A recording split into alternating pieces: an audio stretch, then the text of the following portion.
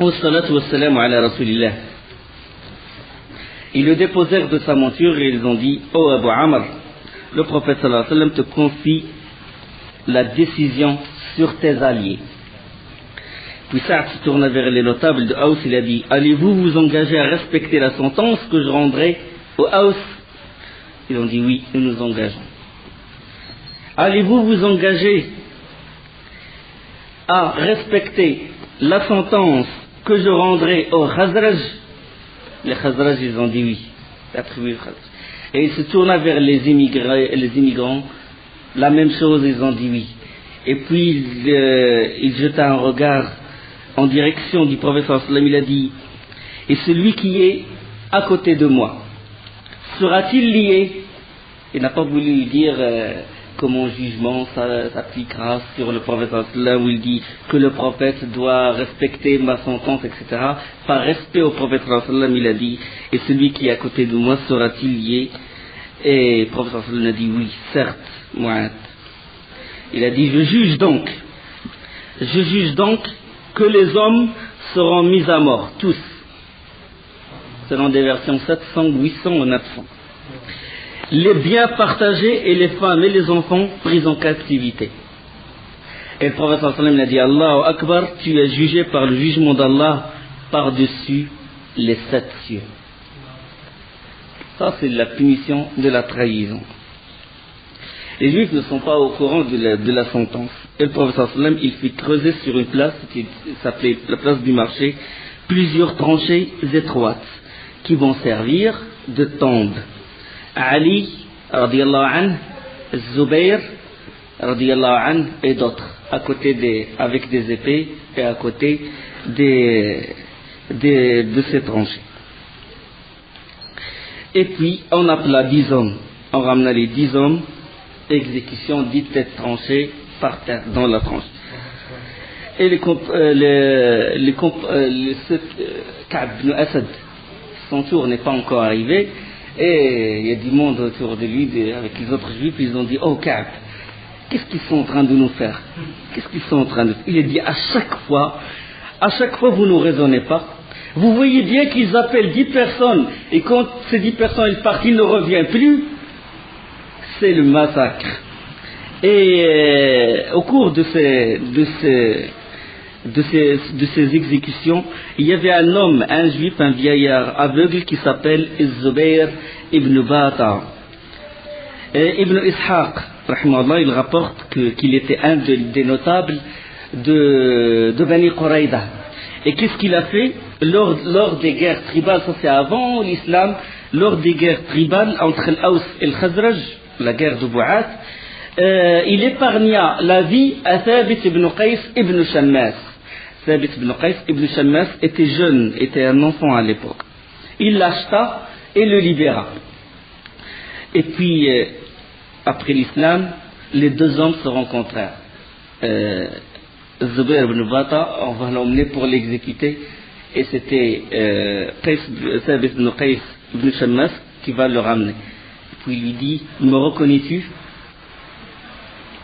Thabit ibn Qais, il a dit: me reconnais-tu? Il a dit: comment un homme comme moi peut-il oublier quelqu'un comme toi? A répondu Zubayr.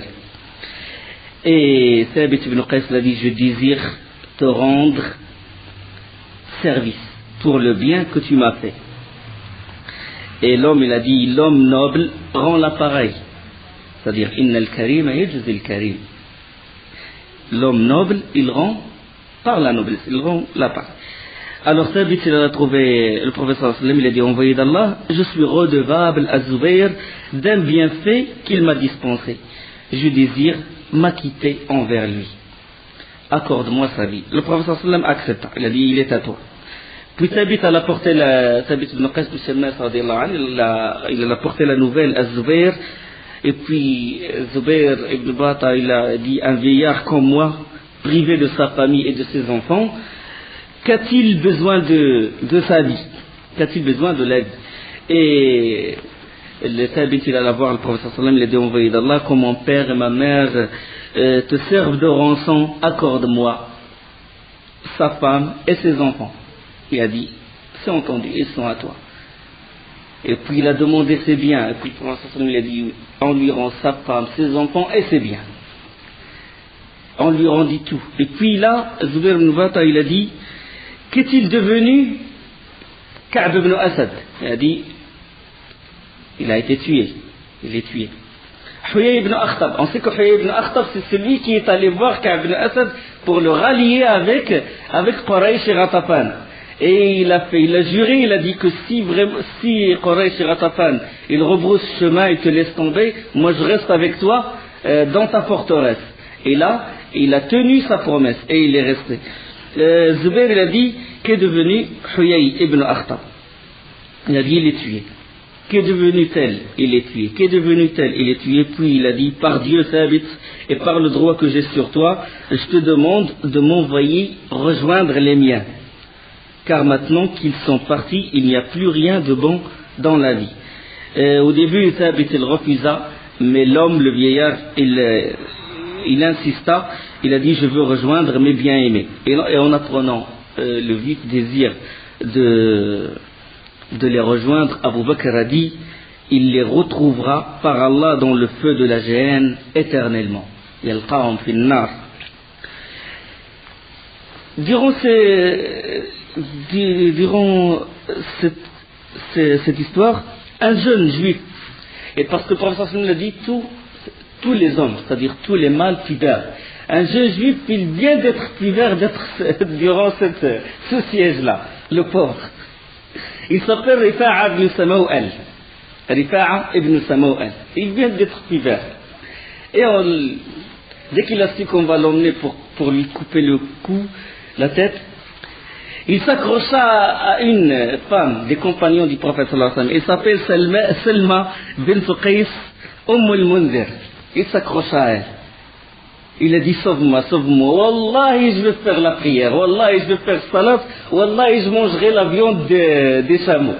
Parce qu'il y a certains juifs qui s'interdisent de manger la viande des chameaux. Et puis, cette femme, radiallahu anha, elle a trouvé le prophète sallallahu alayhi wa sallam, il a dit, envoyé d'Allah, que nous te servirons de rançon, mes parents et moi. Accorde-moi, Rifa'a.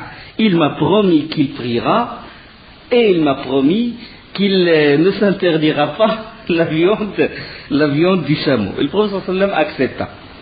Et cet homme, il a prié, il a embrassé l'islam et est devenu un des grands savants musulmans. Et quand il fait des cours, des leçons, quand il veut jurer, il dit par celui qui m'a sauvé la vie le jour de Qurayza. Il dit par Allah, il dit par Allah qui m'a sauvé le jour de Qurayza. Quant aux femmes, aucune d'elles ne fut touchée, sauf une femme. Aïcha, elle raconte que cette femme a été exécutée. Elle a dit, cette femme, elle me parlait et riait, elle basculait du dos et du ventre par le rire, alors que l'envoyé d'Allah exécutait ces hommes. Tout à coup, on l'appela en criant, où est-elle, fille de telle? Et puis Aïcha lui a dit, malheur à toi, qu'est-ce que tu as fait? La femme lui a dit, on va me tuer. Et pourquoi? Je lui dis pourquoi? Il a dit parce que j'ai fait ce que... Elle a tué un des compagnons. Il a jeté une meule sur un des compagnons qui s'appelle Khalad ibn Suwayd radiallahu anhu. Et Aïcha, il dit par Allah, je n'oublierai pas sa bonne humeur et son hilarité alors qu'elle savait qu'elle allait mourir. Donc tout ce hadith il est rapporté par l'imam Ahmad, volume 6, page 277, par Abu Dawud, al-Bayhaqi ibn Hisham, al-Hakim, al-Tabari fi al-Tarikh. Les femmes et les enfants furent partagés, de même que les biens. Le prophète sallallahu alayhi wa sallam a eu comme esclave Rayhana bint Amr. Il lui exposa l'islam, il l'appela à l'islam et elle refusa. Puis le prophète sallallahu alayhi wa sallam il a dit, je te libérerai, je t'épouserai si tu rentres en islam. Et elle refusa quand même. Et un jour, alors qu'il était chez lui, il était avec des compagnons, il a entendu les bruits de pas, et puis il a dit, c'est les pas de telle personne, il est venu me donner la bonne nouvelle que Rayhana a embrassé l'islam. Et il a embrassé l'islam, radiyallahu anha. Selon des versions, il a dit que le prophète sallallahu alayhi wa sallam la libéra, selon d'autres qu'il est resté esclave du prophète sallallahu alayhi wa sallam. Et Saad, radiyallahu anhu, après avoir donné cette sentence, il se reconduit à la tente de Rufayda dressée à la mosquée. Et la veine de Saad, radiyallahu anhu, il éclata et il est mort. Ça veut dire qu'Allah subhanahu wa ta'ala a exaucé son dua. Et Aïcha a dit, j'ai entendu Abu Bakr et Omar pleurer Saad. Et on l'emmena chez lui dans la maison de Bani al-Ashhal, c'est ce qu'on appelle Bani al-Ashhal. Et le prophète sallam, dès qu'il a entendu, dès qu'il eut vent que Saad ibn Mu'ad est mort, il accéléra le pas pour arriver à la maison de Saad ibn Mu'ad. Et les compagnons on marchait tellement que nos sandales commençaient à se déchirer. Et ils ont dit, envoyé d'Allah, pourquoi tu accélères les pas? Il a dit, moi je veux l'atteindre avant que les anges ne l'atteignent et ne le lavent, comme ils l'ont fait à Handala radiyallahu anhu, lors de la bataille de Uhud. Le hadith il est rapporté par Ibn Sa'd et Abd al-Razzaq, al-Tirmidhi et al-Hakim. C'est un hadith authentique. Et avant de l'enterrer, les compagnons l'ont mis dans je sais pas comment on appelle ça, où on met le mort, la civière, si vous voulez. Quand ils l'ont soulevé comme ça, ils ont dit, envoyé d'Allah, on ressent rien du tout. On ne ressent pas le poids. Il a dit que le professeur Sallam leur a dit que c'est les anges l'aident, vous aident, les anges le portent avec vous. Et les anges, c'est-à-dire, ont porté Saad ibn Mu'ad avec les compagnons. Et il a dit, sallallahu alayhi wa sallam, que le trône du tout miséricordieux s'est ébranlé par suite de la mort de Saad ibn Mu'ad. Hadith rapporté par Ahmed et Al-Bayhaqi. Et l'histoire de Bani Qurayda, il s'est terminé ici. Maintenant, laissons-nous un peu emporter avec ces versets du Coran, commentaire d'Allah subhanahu wa ta'ala, la vision d'Allah sur cette bataille. Allah il nous raconte ce qui se passe. أعوذ بالله السميع العليم من الشيطان الرجيم يا أيها الذين آمنوا اذكروا نعمة الله عليكم إذ جاءتكم جنود فأرسلنا عليهم ريحا وجنودا لم تروها وكان الله بما تعملون بصيرا. Ô vous qui croyez, ça c'est dans Surat Al-Ahzab. Dans Surat Al-Ahzab. Ô vous qui croyez, rappelez-vous le bienfait d'Allah sur vous quand des troupes vous sont venues et que nous avons envoyé contre elles un vent et des troupes que vous n'avez pas vues. Allah demeure clairvoyant sur ce que vous faites. Le vent glacial, l'ouragan. Ali ibn Abbas radiyallahu anhuma, le prophète sallallahu alayhi wa sallam a dit, le hadith Nusirtu bis-saba wa uhlikat 'adun bid-dabour. Allah m'a fait triompher par le vent de l'Est et 'Ad a été anéanti par le vent de l'Ouest. Hadith de Bukhari, numéro 1035. C'est-à-dire que le vent, c'est un soldat d'Allah subhanahu wa ta'ala.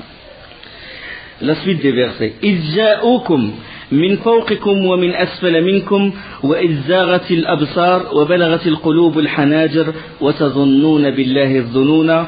Quand ils vous vinrent d'en haut et d'en bas et que fléchirent les regards et que les cœurs montèrent dans les gorges et vous faisiez sur Allah toutes sortes de suppositions. Ils vous vinrent d'en haut. Où est-ce qu'il est la carte? Ramène la carte qui est là. Ils vous vinrent d'en haut et d'en bas. Ça veut dire d'en haut, ça veut dire du nord. Et d'en bas, ça veut dire du sud-est. Ouvre. Et d'en bas, ça veut dire du sud-est. D'en haut, là où il y a la tranchée, et d'en bas, là où il y a Bani Qurayda. Ça c'est Médine. Ils vous vinrent d'en haut, ici. Et d'en bas, ça veut dire du sud-est. Les Bani Qurayda sont là. إذ جاءكم من فوقكم ومن أسفل منكم وإذ زاغت الأبصار وبلغت القلوب الحناجر وتظنون بالله الظنون. Quand ils vous vinrent d'en haut et d'en bas et que fléchirent le regard et que les cœurs montèrent dans les gorges et vous faisiez sur Allah toutes sortes de suppositions. هنالك ابتلي المؤمنون وزلزلوا زلزالا شديدا. Les croyants furent alors éprouvés et secoués d'une dure secousse. C'est une vraie épreuve. Ouverture du sud, et 10 000 hommes, la faim, le froid, etc. وإذ يقول المنافقون, la suite des versets, وإذ يقول المنافقون والذين في قلوبهم مرض ما وعدنا الله ورسوله إلا غرورا. Et quand les hypocrites et ceux qui ont la maladie au cœur disaient Allah et son messager, nous ont promis que tromperie. Nous ont promis qu'illusion. Surtout, on a parlé de ça la semaine dernière quand le professeur sallam il a pris une pioche et il a frappé de toutes ses forces une roche un rocher qui fait obstacle, et qu'il a crié, il a dit Allah m'a ouvert le trésor des Perses, Allah m'a ouvert le deuxième coup, Allah m'a ouvert le trésor du Romain, de Qaysar, de Rome, Allah m'a ouvert le trésor du Yémen. Et là les hypocrites ils ont dit qu'est-ce qu'il est en train de nous raconter. L'un de nous n'ose même pas faire ses besoins en sécurité, et lui il nous parle de Rome, il nous parle de Kisra, des Perses. Ma wa'adana Allah wa rasuluhu illa ghurur. Allah et son messager nous ont promis que tromperie. 9 ans, 10 ans plus tard, Al-Qadisiyya wal Yarmouk, les palais de Kisra tombent entre les mains des compagnons dans la khilafa de Omar ibn Khattab. Dans sa même khilafa de Omar ibn Khattab, Al-Qadisiyya ou Al-Yarmouk, les deux ont eu lieu l'année 14 de l'Hégire et l'année 15 de l'Hégire. Ils ont conquis les Perses et les Romains. Allah subhanahu wa ta'ala, la prophétie du prophète sallallahu alayhi wa sallam a été réalisée. وَإِذْ قَالَتْ طَائِفَةٌ, la suite des versets, وَإِذْ قَالَتْ طَائِفَةٌ مِّنْهُمْ يَا أَهْلَ يَثْرِبَ لَا مُقَامَ لَكُمْ فَارْجِعُوا وَيَسْتَأْذِنُ فَرِيقٌ مِّنْهُمُ النَّبِيَّ يَقُولُونَ إِنَّ بُيُوتَنَا عَوْرَةٌ وَمَا هِيَ بِعَوْرَةٍ إِن يُرِيدُونَ إِلَّا فِرَارًا. De même, un groupe d'entre eux dit, gens de Yathrib, Yathrib ça veut dire Médine, gens de Yathrib, ne demeurez pas ici, retournez chez vous. Ça c'est les hypocrites qui sont en train de dire ça. Retournez chez vous. Un groupe d'entre eux demande au prophète la permission en disant nos demeures sont sans protection, alors qu'ils ne l'étaient pas. Ils ne voulaient que s'enfuir. Ils ne voulaient pas aider les compagnons. Ils veulent juste s'esquiver en cachette et aller chez eux sans participer, sans aider les compagnons pour creuser cette tranchée. ولو دخلت عليهم من أقطارها ثم سئلوا الفتنة لأتوها وما تلبثوا بها إلا يسيرا.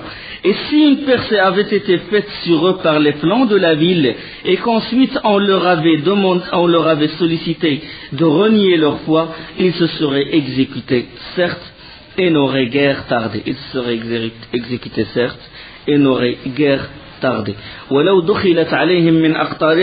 Et si une percée avait été faite sur eux par les flancs de la ville, ça veut dire du nord, par les flancs de la ville, min aqtariha, ça veut dire du nord et du sud-est. Et qu'ensuite on leur avait demandé de renier leur foi. Ça c'est les hypocrites. Ils sont juste à la limite de la mécréance. Du moment qu'ils rentrent, les copains ils rentrent, ça y est, il est prêt à renier sa foi, il dit moi je ne suis pas musulman, etc. ولو دخلت عليهم من أقطارها ثم سئلوا الفتنة لأتوها. Et qu'ensuite on leur avait sollicité la fitna, ça veut dire de renier leur foi, ils se seraient exécutés. ولقد كانوا عاهدوا الله من قبل لا يولون الأدبار وكان عهد الله مسؤولا. Tandis qu'auparavant ils avaient pris l'engagement envers Allah qu'ils ne tourneraient pas le dos, et il sera demandé compte de tout engagement vis-à-vis d'Allah. Tout engagement vis-à-vis d'Allah, Allah va leur demander compte. Ils ont promis qu'ils sont engagés pour aider, pour ne pas tourner le dos. قل لن ينفعكم الفرار إن فررتم من الموت أو القتل وإذا لا تمتعون إلا قليلا. قل لن ينفعكم الفرار إن فررتم من الموت أو القتل وإذا لا تمتعون إلا قليلا. Dis à rien ne vous servira de fuir, que vous fuyiez mort sans combat ou mort dans le combat. De toute façon vous n'aurez joui de la vie que peu de temps. Dans le combat ou sans combat ou dans le combat, tu vas vivre combien de temps? 60, 70 ans, 80, 100 ans, 200, allez, on va te mettre dans le livre des records. 200. Tu n'as vécu rien. قالوا كم لبثتم؟ قالوا لبثنا يوما أو بعد يوم. Le jour du jugement, Allah subhanahu wa ta'ala, il leur dira combien vous avez vécu? Combien? Une journée, une partie de journée. قل من ذا الذي يعصمكم من الله إن أراد بكم سوءا أو أراد بكم رحمة ولا يجدون لهم من دون الله وليا ولا نصيرا. Dis, qui pourrait vous soustraire de l'atteinte d'Allah, qu'il vous veuille du mal ou miséricorde? Il ne trouve en dehors d'Allah ni allié ni secoureur. Dis, qui pourrait vous soustraire de l'atteinte d'Allah, qu'il vous veuille du mal ou miséricorde? Il ne trouve en dehors d'Allah ni protecteur ni secoureur. قد يعلم الله المعوقين منكم والقائلين لإخوانهم هلم إلينا ولا يأتون البأس إلا قليلا. Certes, Allah connaît parmi vous les dresseurs d'obstacles et ceux qui disaient à leurs frères venez à nous, tandis qu'ils ne déploient que peu d'ardeur au combat. Ça, il parle toujours des hypocrites. أشحة عليكم فإذا جاء الخوف رأيتهم ينظرون إليك تدور أعينهم كالذي يغشى عليه من الموت. أشحة عليكم فإذا جاء الخوف رأيتهم ينظرون إليك تدور أعينهم كالذي يغشى عليه من الموت. Avare à votre égard, puis quand vient le moment de la peur, tu les vois te regarder roulant des yeux comme livrés à l'habitude de la mort. Ado, toujours munafiqun. فإذا ذهب الخوف سلقوكم بألسنة حداد أشحة على الخير أولئك لم يؤمنوا فأحبط الله أعمالهم وكان ذلك على الله يسيرا. Une fois la peur passée, ils vous la serrent avec des langues affilées, alors qu'ils sont chiches à faire le bien. Ceux-là n'ont jamais cru. Allah subhanahu wa ta'ala dit, ceux-là n'ont jamais cru. Allah donc rend vaines leurs actions. C'est pour lui bien facile, pour Allah bien facile. يحسبون الأحزاب لم يذهبوا وإن يأتي الأحزاب يودون لو أنهم بادون في الأعراب يسألون عن أنبائكم ولو كانوا فيكم ما قاتلوا إلا قليلا. Ils pensaient que les coalisés ne sont pas partis. يحسبون الأحزاب لم يذهبوا. Ils avaient peur, ils sont rentrés chez eux, les hypocrites, et ils se sont cachés, et après il était au courant de rien. Il ne savait pas que les Ahzab, les coalisés, Ratafan, Banu Murra, Fazara, Quraysh, ils sont partis. Ils étaient encore cachés avec leurs femmes et leurs enfants. Ils pensaient que les coalisés ne sont pas partis. Or, si les coalisés attaquaient, Allah regarde, Allah subhanahu wa ta'ala, il parle ce qu'il y a dans leur cœur et ce qu'ils voulaient faire. Or, si les coalisés attaquaient, eux se voudraient au désert parmi les Bédouins et se contenteraient de demander de vos nouvelles. S'ils demeuraient parmi vous, ils ne combattraient que très peu. Ils préfèrent errer avec les Bédouins et demander aux gens qu'est-il devenu tel, qu'est-il devenu tel, qu'est-il devenu tel. Et ils ne combattraient que très peu. لقد كان لكم في رسول الله أسوة حسنة لمن كان يرجو الله واليوم الآخر وذكر الله كثيرا. Vous avez dans le messager d'Allah un excellent modèle à suivre pour quiconque espère en Allah et au jour dernier et invoque Allah fréquemment. ولما رأى المؤمنون ولما رأى المؤمنون الأحزاب قالوا هذا ما وعدنا الله ورسوله وصدق الله ورسوله وما زادهم إلا إيمانا وتسليما. Et quand les croyants virent les coalisés, ils dirent, voilà ce qu'Allah et son nom et son messager nous avaient promis. Et Allah et son messager disaient la vérité, et cela ne fit que croître leur iman et leur soumission, leur foi, iman et leur soumission. Min al-mu'minina rijal. Min al-mu'minin rijal. Parmi les croyants des hommes, parmi les vrais hommes, parmi les من المؤمنين رجال صدقوا ما عاهدوا الله عليه فمنهم من قضى نحبه ومنهم من ينتظر وما بدلوا تبديلا. Il est parmi les croyants des hommes qui ont été sincères dans leur engagement envers Allah. Certains d'entre eux ont atteint leur fin et d'autres attendent encore.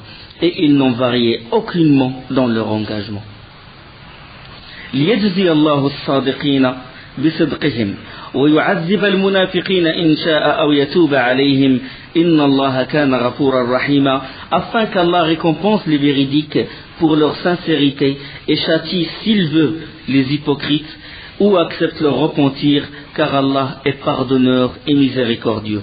ورد الله الذين كفروا بغيظهم لم ينالوا خيرا, et Allah a renvoyé avec leur rage les infidèles sans qu'ils n'aient obtenu aucun bien.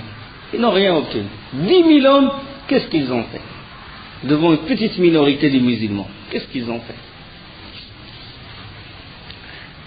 وَكَفَى اللَّهُ الْمُؤْمِنِينَ الْقِتَالَ, et Allah a épargné aux croyants le combat. Pas beaucoup de tués. Parmi les shuhada, il y avait qui? Sa'd ibn Mu'ad, il y avait Anas ibn Mu'ad ibn Aus, il y a Sa'laba ibn Asma. وكفى الله المؤمنين القتال وكان الله قويا عزيزا, Allah est fort et puissant. وأنزل الذين ظاهروهم من أهل الكتاب وأنزل الذين ظاهروهم من أهل الكتاب من صياصيهم وقذف في قلوبهم الرعب وأنزل الذين ظاهروهم من أهل الكتاب من صياصيهم وقذف في قلوبهم الرعب. Et il a fait descendre de leur forteresse ceux des gens du livre qui les avaient soutenus. Qui? Bani Qurayda. Et il a jeté l'effroi dans leur cœur. فريقا تقتلون وتأسرون فريقا فريقا تقتلون وتأسرون فريقا. Un groupe d'entre eux vous tuez et un groupe vous faisiez prisonniers. Tués 700, 800 jusqu'à 900 selon les versions. Prisonniers, les femmes et les enfants. وأورثكم أرضهم وديارهم وأموالهم وأرضا لم تطئوها وكان الله على كل شيء قديرا. Et il vous a fait hériter leurs terres, leurs demeures, leurs biens, et aussi une terre que vous n'aviez point foulée, et Allah est omnipotent. Et Allah est omnipotent. Donc on ne peut pas comprendre ces versets-là que si on comprend la sira du prophète sallallahu alayhi wa sallam. Donc pour comprendre les versets, quand vous lisez maintenant Surat Al-Ahzab, vous avez devant vous ce qui s'est passé durant l'Ahzab, et ça facilitera la lecture de ces versets, et même si vous voulez apprendre par cœur ces versets, ce sera facile, parce que la sira, elle explique la sira, la vie du prophète, la sira du prophète, elle explique le Coran. Donc récapitulons, la bataille de Badr, elle parle de quoi? La bataille de Badr, c'était quelle sourate? C'était sourate Al-Anfal. إذ يغشيكم النعاس أمنة منه ونزل عليكم من السماء. Donc sourate Al-Anfal, sourate le butin. Et la bataille de Uhud, c'est Al-Imran, à partir des versets 120 de Al-Imran. Et même ce qui s'est passé à Bani Qaynuqa, c'était 2-3 versets de Al-Imran, les débuts, ça doit être les versets 10, 11. Et Bani Nadir, l'expulsion des Juifs de Bani Nadir, c'était dans quelle sourate? Dans sourate Al-Hashr. Dans sourate Al-Hashr.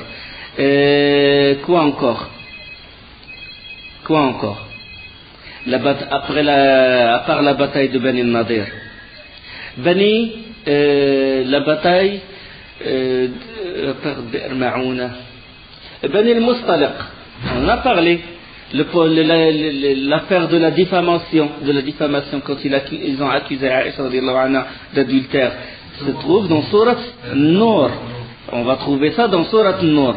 Et de même ce qui s'est passé quand les hypocrites, quand Abdullah ibn Ubay ibn Salul a dit que le plus puissant, le plus élevé va chasser le plus faible et le plus bas, c'était Surat al-Munafiqun. D'accord? Surat al-Munafiqun. Et Ghazwat al-Ahzab, Surat al-Ahzab. La Surat décoalisée. Inch'Allah, si on est vivant la semaine prochaine, on va parler, bien que maintenant Zaynab bint Jahsh, le prophète s'est marié avec Zaynab bint Jahsh, bien que ça soit trop tard, on va en parler parce que c'est très important pour montrer les raisons pour lesquelles le prophète sallallahu alayhi wa sallam il s'est marié avec plusieurs femmes. D'accord? Avec plusieurs femmes pour faire fermer la bouche des calomniateurs. D'accord? Donc on va parler de ça parce que c'est les versets qui parlent de ce mariage du prophète avec Zaynab bint Jahsh. On va le trouver dans Surat al-Ahzab également. Et la semaine prochaine également, Inch'Allah, on va parler de la vague de punition parce que le prophète va punir toutes les tribus qui ont comploté avec Quraysh pour combattre le prophète sallallahu alayhi wa sallam. Et bon, cette bataille, on peut tirer beaucoup de leçons. C'est qu'il n'y a qu'une minorité qui a tenu le coup, c'est-à-dire quand il y a un test, tout ce qui est mauvais, tous ceux qui ont la foi basse, ils s'écartent. Il ne reste que ceux qui ont une vraie foi dans leur cœur. Il y a aussi qu'un croyant, il vaut 1000 hommes, il vaut une communauté à lui seul. Un homme, Naïm ibn Mas'ud, quand il a embrassé l'islam, regardez ce qu'il a fait. Regarde la foi, subhanallah. Maintenant, subhanallah, le musulman, il est dépouillé de son dogme, il est dépouillé de sa culture, il est dépouillé de sa religion. C'est quoi? Musulman, mais il suit la mode. Musulman, mais il suit n'importe quelle pensée, n'importe quelle innovation, il suit n'importe quelle égareur, il le suit. Le musulman doit il doit suivre la voie d'Allah subhanahu wa ta'ala. Et il demande toujours à Allah subhanahu wa ta'ala de le raffermir dans cette voie. Parce qu'on a essayé, ils essaient de tous les moyens de nous marginaliser, de nous éloigner de notre prophète sallallahu alayhi wa sallam, de nous éloigner de notre salaf salih. On a voulu nous montrer toutes sortes de héros, sauf Zubayr ibn al-Awwam, sauf Hamza, sauf Khalid ibn al-Walid. C'est ceux-là nos héros. C'est ceux-là qu'on doit suivre et qu'on doit prendre comme modèle. D'accord? Et pas d'autres personnes. Bon, subhanakallah bihamdik, shadu an la ilaha illa ant, astaghfiruka wa atubu ilayk.